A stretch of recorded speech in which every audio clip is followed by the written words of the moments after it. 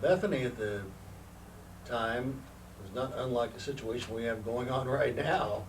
It was not doing well, and You're being gentle when you say not doing well, because actually the guy that was president of the college, he had started a move it to Colorado, move Bethany to Colorado, and that galvanized the community there, and ended up with him leaving the college, and got in. Ken Sjogren was named as director of development, he's public relations director first, and he was basically, Ken had more to do with saving Bethany probably than any other one man, and he provided the leadership that got it going. And now this is, I have a prejudiced viewpoint, I realize, but I think anybody that's familiar with it will say that without Ken's leadership and activity, that Bethany would not be in Lindsborg now. And he was never been recognized for that as much as he should be. entire college to Colorado, or at least that's It the was story. close. It was Yeah. close. It was close. I don't know if it was one vote, but some of those who went home early to Colorado to catch a plane probably could have swung the vote. I can remember when we were in Colorado to alumni meeting in the fall, and we stayed at the Broadmoor. Then we had an alumni meeting there, and Andeen spoke and so on. And then when we went back to the room, he called Marilyn and I and said, "Would you want to come down and be with he and his wife?" We went down, and after a while he said, "What do you think so-and-so would think of Lindsborg?" And he actually, what do you think Joe Levine would say in Lindsborg if we moved to college to Colorado? That floored me. I thought, wow, And of course, Bethany was, it was dear to my heart then, and still is. But that was a shock, And I thought, who knows about? I really think I was the first administrator to find out about this because he had done some work out in Colorado, actually while we were there, I think. And that was a blow. And I didn't sleep all night, and I don't know how much I slept much after that either. But it got very difficult as time went on. Then things started to leak out, and these were times when, and then our president, Andeen, he stayed at home in the basement because actually he ran his office out of the basement for quite a while because of the turmoil. And I had people calling me wanting their money back. And, you tried to soothe those people down, and it got to the point where, a lot of the old-timers, I think the people who graduated back in 1904, the Paul Nels Carlsons and this group, who were big supporters, they wanted their money back. In fact, the trip that I took with Andeen on the West Coast to introduce him to people, one of them was Paul Nels Carlson and his wife. And when we got home, he says, "Where's all the money?" I said, "Dr. Andeen," I said, the first time around, you're not going to, you got to make friends. And so then later, all this started to unravel, and that became pretty difficult. So not only was it difficult from the standpoint of the public relations nightmare because people aren't sure where the college is going to be, but people are also withholding their giving, which is vital to the college on a yearly basis. Yeah. Well, and I think that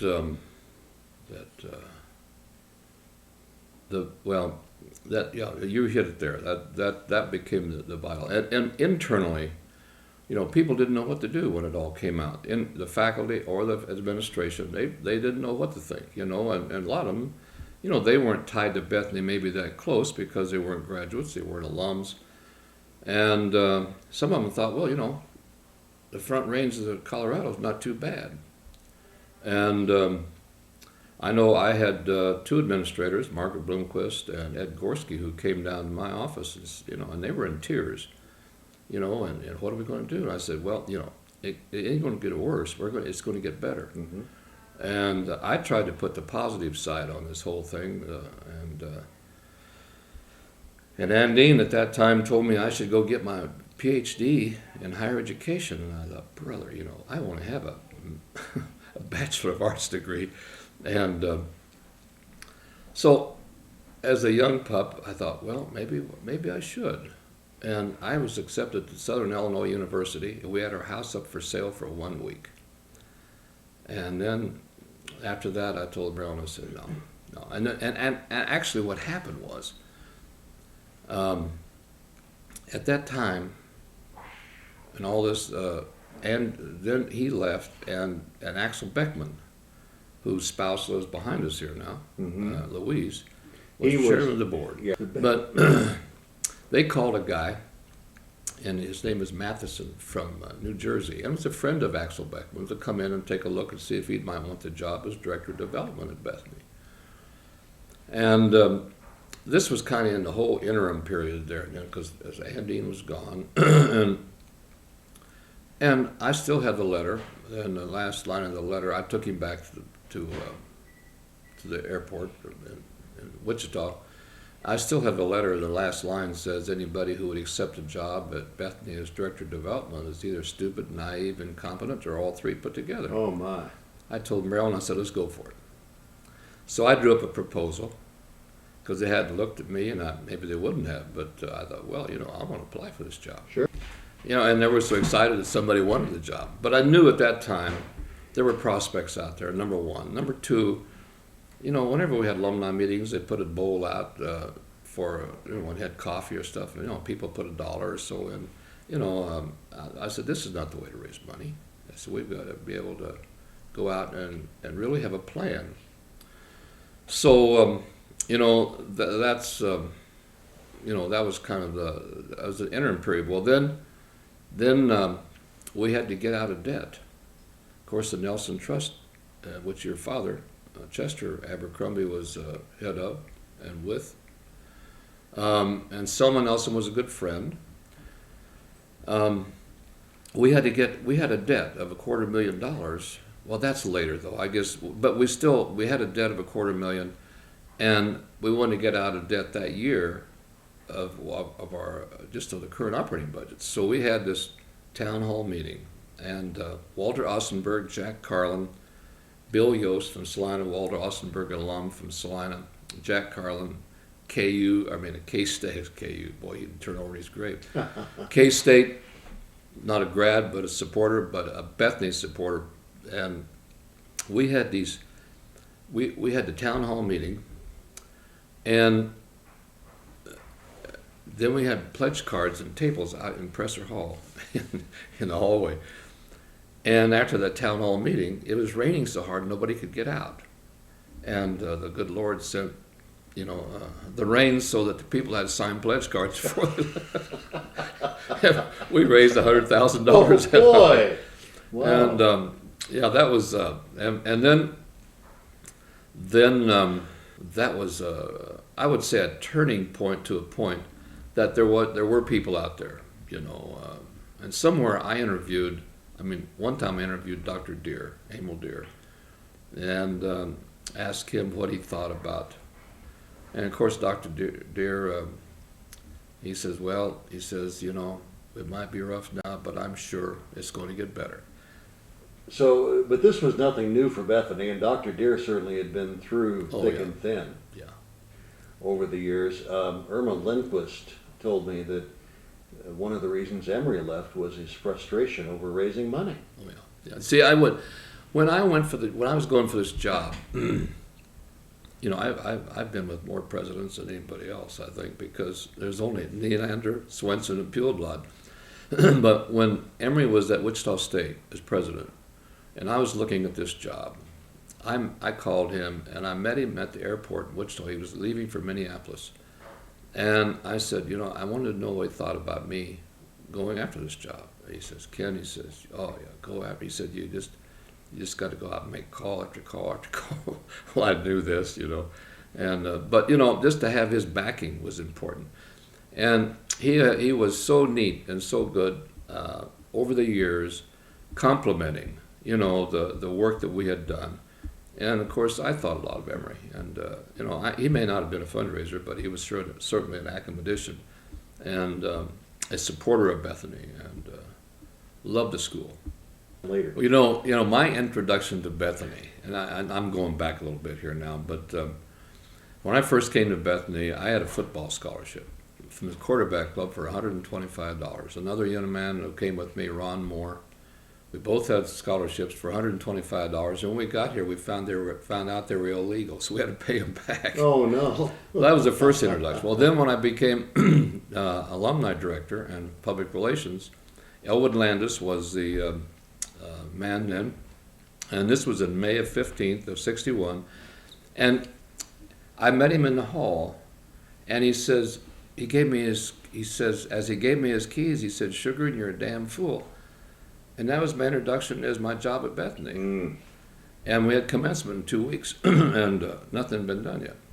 And then, as I told you, the director of development was naive, stupid, incompetent. So I had several things that could have made me turn away before my tenure at Bethany.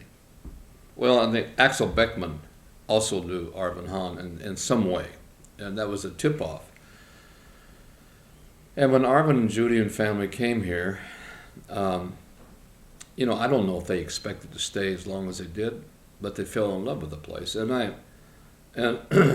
really, I don't think Arvin had done any fundraising hardly at all before. I mean, he was an academician. He'd done some, but he was with National Geographic doing some things, but that had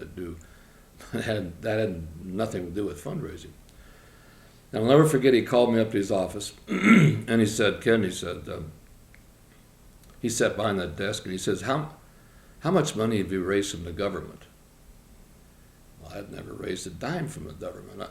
I thought, you know, I'm going to be leaving this place soon, because I haven't made one proposal or anything to the government, and so he had to take me the way it was, but Arvin did a good job in many ways. I think he had a good team built around him. And I think one of the things that really was a key to our success was building a campus master plan, but also a plan that we could go on and share with people, rather than just going out and asking for money. We had something to sell. I mean, even on the annual fund, we had something to sell. It'd be library books, we had things like this. And this, putting together this plan, really, with some goals, was key, you know, to, I think, some of our success.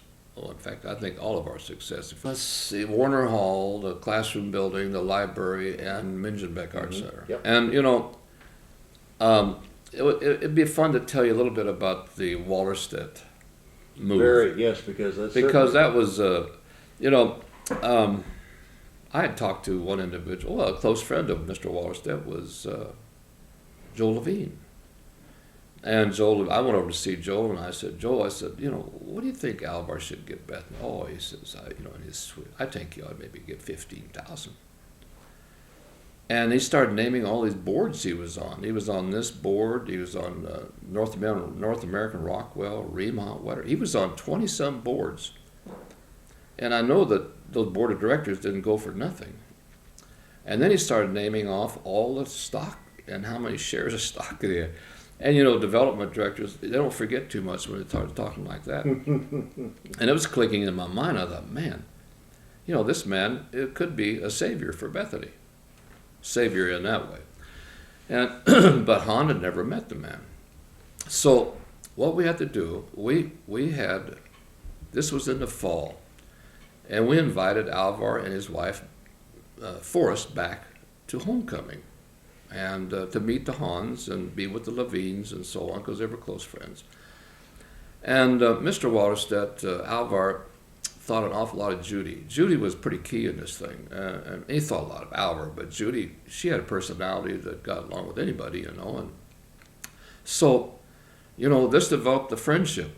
Well, then this is when we were talking about building a new library, because the old main was down. And we needed $750,000. I can't believe it, but that's what it was going to cost. And the government was going to pay 1/3, but we had to raise 2/3 of So it. let me inject here Yeah. for a minute. You said that we're in the fall and homecoming. Must have been fall of '68, Then we went, right? yes, Because yes. Old Main was down. Okay. Yes. Then in February of '69, I said, well, maybe 60.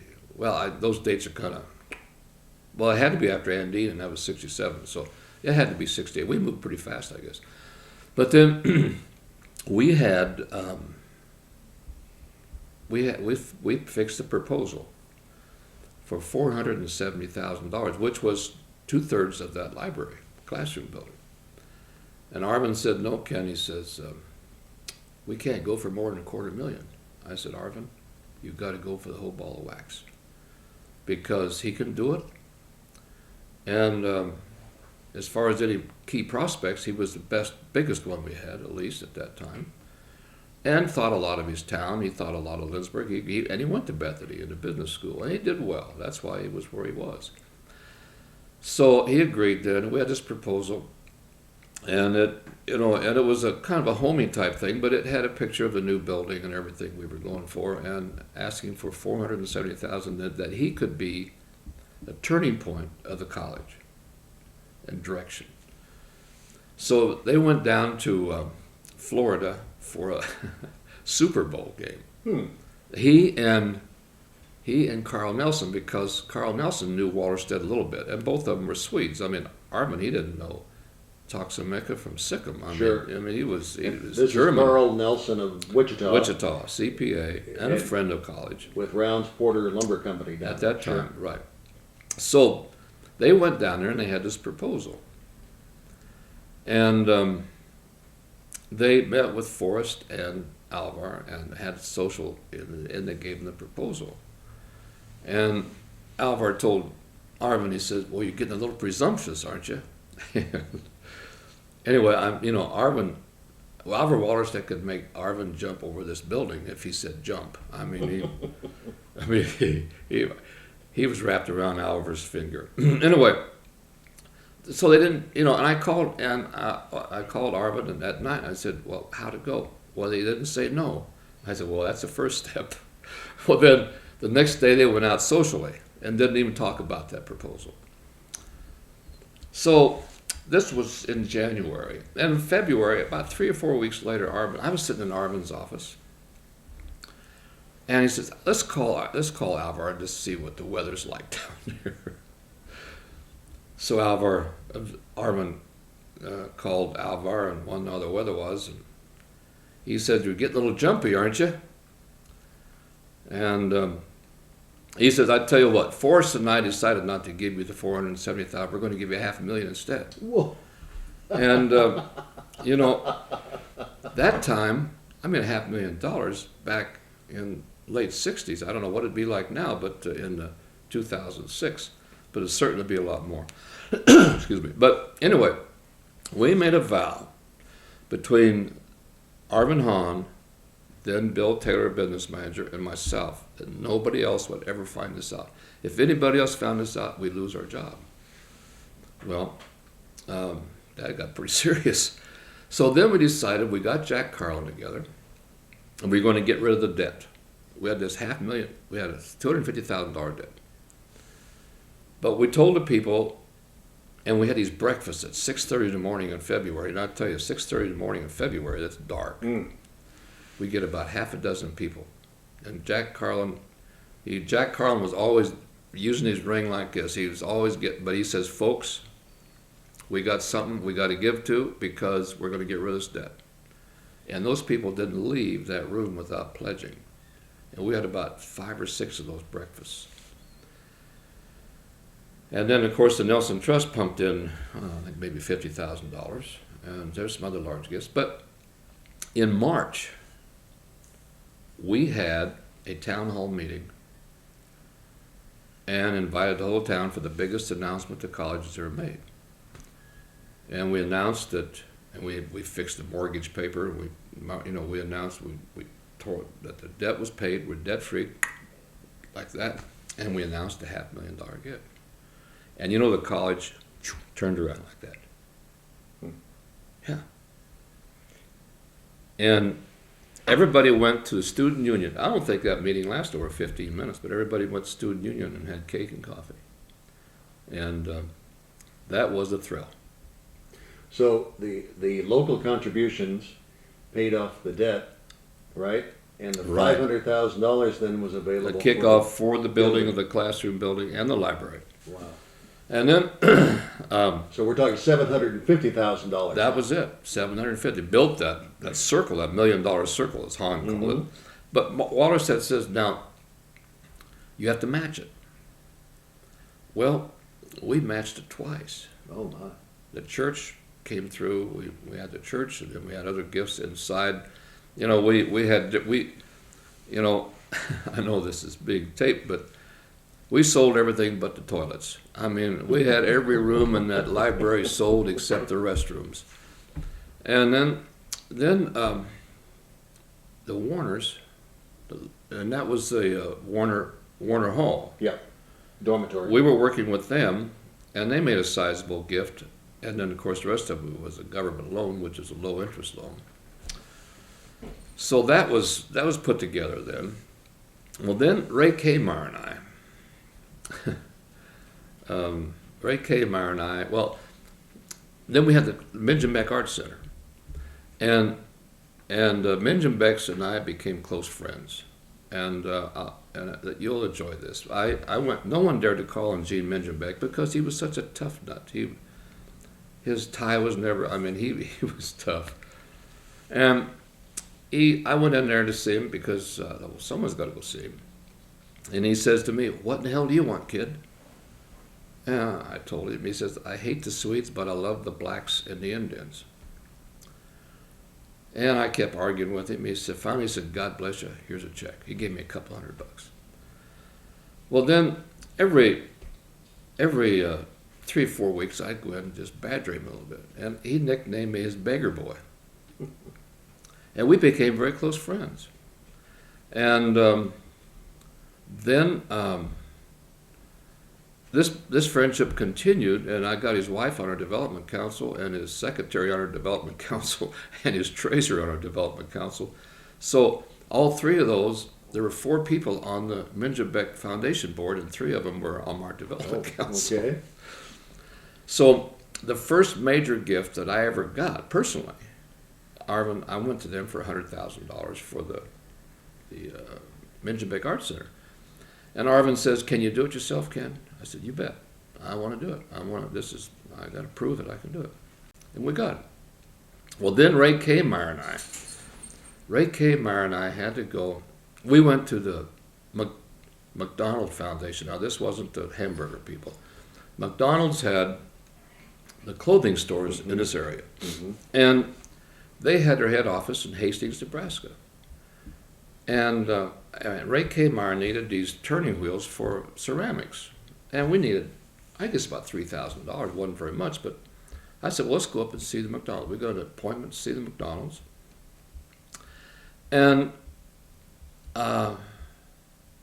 we walked in the office, and man, he had a long office. I'll tell you, I think it took forever to get to the other end to see him. You could already see him down there. But anyway, we got down there, and he said, well, man, he says, we can't. We're already pledged out. And he looked at the proposal. He said, well, you don't need very much, do you? No, oh, we can do that.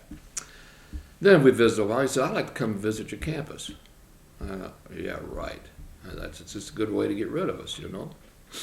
And I suppose it was a month later, and this little sports car drove up on campus. It was at noon, and they stopped, and Arvin was walking across the street, and this Jim McDonald and his wife was named Forrest McDonald. And Arvin had not met them. No, and they said, I'm looking for Ken He couldn't pronounce my last name. Yeah. And first thing I knew, I got this phone call. I was home having lunch. He said, get up here right away. He says, the McDonald's are here. Okay, I'll be right there. So this equipment was going to be put in the old boiler room, you know, behind Old Sure. Main then. And we took McDonald and went through the door. And he says, well, hell, I mean, this is the same words he used. A lot of people used that word back in those days, I guess. But he said, well, hell, he said, they won't even fit in this room. You better build a new building. He gave us $100,000. Oh, my. So that took care of the Minjabek Art Center. That $100,000 plus Minjabek's $100,000 took care of that building. So the Minjabek Art Center, the Wallerstedt Library, the classroom building, and Warner Hall were all dedicated, April of 1970. Day of dedication. Day of dedication. And that was a big day.